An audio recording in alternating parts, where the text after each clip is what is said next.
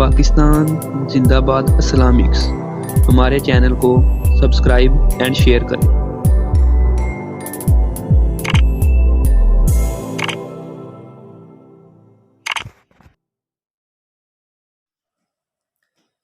حضرت لقمان حکیم کی حکمت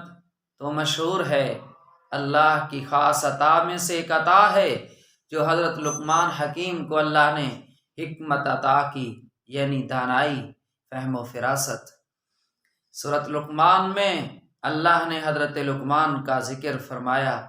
اور پھر یہ کہ وہ جو نصیحتیں انہوں نے اپنے بیٹے کو کی ہیں۔ حضرت لقمان حکیم کے بارے میں یہ بھی مشہور ہے، بعض روایات سے معلوم ہوتا ہے کہ ان سے درخت کے پتے، جڑی بوٹیاں کلام بھی کرتی اور اپنی حقیقت بھی ان کے سامنے پیش کرتی تھیں۔ لقمان حکیم کا بیٹا بیمار ہوا، حضرت سر پکڑ کر بیٹھ گئے، کوشش کرتے رہے، علاج معالجہ کی ساری کوششیں کی، لیکن یہ کہ تمام علاج، تمام کوششیں ناکام گئیں۔ آخر اللہ کا فیصلہ جو ہونا ہوتا ہے وہی ہو کر گزرا۔ لقمان حکیم نے تمام کوششوں کے بعد جو حکمت کے ایک چشم و چراغ، یونان کی حکمت، انہی کے نام اور انہی کی طرف منسوب کی جاتی ہے، تو اتنے بڑے دانا اور مدبر، حکمت کو جاننے والے بے بس ہو کر جب اپنے بیٹے کو اس دنیا فانی سے جاتے دیکھا، فیصلہ یہ کیا کہ لقمان تیری حکمت کا کیا فائدہ کہ آخر تیرا بیٹا بھی تیرے ہی ہاتھوں سے تیرے سامنے چلا گیا، تیری حکمت یہاں جواب دے گئی ہے۔ لقمان حکیم نے یہ فیصلہ کیا کہ اپنی لکھی کتابوں کو اور اپنی جڑی بوٹیوں کو، بنائی دوائی کو جا کر سمندر میں پھینک دیتا ہوں، کیا ضرورت یا ان کا کیا فائدہ مجھے۔ چل پڑے۔ بعض روایات سے پتہ چلتا ہے راستے میں ان کو اللہ کی طرف سے فرشتہ جاتا ہے، پوچھتا ہے لقمان کدھر جا رہے ہیں؟ کہنے لگا میں ان کتابوں کو اور ان جڑی بوٹیوں کو جا کر سمندر میں ڈالنا چاہتا ہوں، میں تو ساری کوشش کر کے میری حکمت ناکام گئی، میری دوائی ناکام گئی، میں تو اپنے بیٹے کے لیے بھی کچھ نہ کر سکا۔ حضرت لقمان حکیم نے جب یہ جواب دیا تو سامنے سے کھڑے فرشتے نے کہا، فرمانے لگے لقمان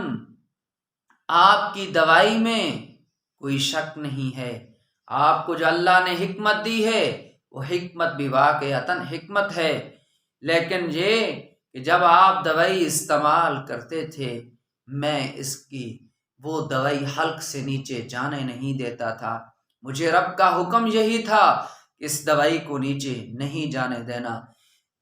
اس لیے جب اللہ کا فیصلہ آتا ہے وہاں دوائی بے معنی ہو جاتی ہے۔ لقمان اگر آپ کو شک ہے تو یہ وہ دوائی ہے جو آپ اپنے بیٹے کو دیتے، میں حلق سے اٹھا کر اس کو واپس کر دیتا تھا، تو کیوں؟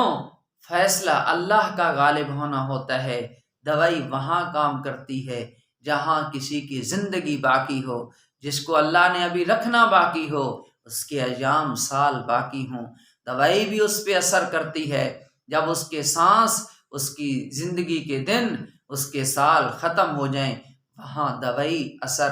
نہیں کرتی۔ لقمان آپ کی دوائی بھی ٹھیک، آپ کی حکمت بھی ٹھیک، لیکن فیصلہ اللہ کا غالب ہونا ہوتا ہے، اس لیے مجھے حکم یہ تھا کہ اب اس کے دن ختم ہیں، آپ اس کے حلق سے نیچے دوائی بھی نہ جانے دیں تاکہ اثر ہی نہ ہو، فیصلہ وہ جو اللہ کا ہے اسی نے غالب ہو کے رہنا ہے۔ اس لیے ہمیں چاہیے جو اللہ کا غالب فیصلہ ہے جو ہر ایک پہ آ کے رہے گا تو اس کے لیے ہم تیاری کریں، موت سے پہلے موت کی تیاری یہ ہماری ہے ذمہ داری، اور اسی کا ہمیں سبق دیا محمد رسول اللہ صلی اللہ علیہ وسلم نے۔ اپنی زندگی کو اس درجے قیمتی بنا دو اللہ اور اس کے رسول کی فرما برداری میں دنیا فانی ہے۔ جب وہ وقت آنا ہے یہاں سب کچھ کرنے کے بعد بھی کوئی کچھ نہیں کر سکتا، وہی ہو کے رہتا ہے جو آسمان والے کا فیصلہ ہوتا ہے، اس فیصلے کو کوئی نہیں بدل سکتا۔